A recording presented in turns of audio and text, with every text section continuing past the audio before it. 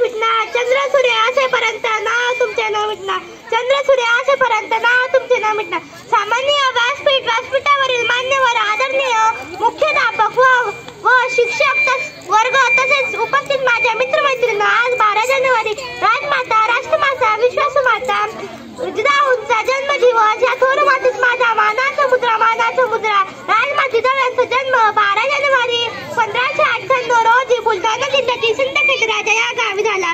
त्यांच्या वडिलांचे नाव लखोजीराव जाधव व त्यांच्या आईचे नाव मासाबाई होते. जिजाऊ बालपणापासून युद्ध, शिक्षण, राजनीतीमध्ये कुशल होत्या. त्यांना मराठी, फारसी, संस्कृती, कन्नड, उर्दू, तेलुगू, हिंदी या भाषांचा अवयोग होता. त्यांचा विवाह डिसेंबर 1605 मध्ये वेरूळच्या संभाजीराजे भोसले यांच्याशी झाला.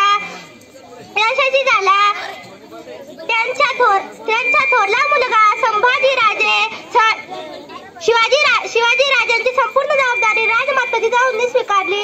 राजमाता जिजाऊ यांचे जीवन हा संस्काराचा खजिना होता. कर्तव्य व कर्तव्य या दोन गुणांचा संगम माता जिजाऊंना झाला होता. राजमाता जिजाऊ यांचे स्वराज्याचे भव्य स्वप्न पाहिले होते. शेवटी राजा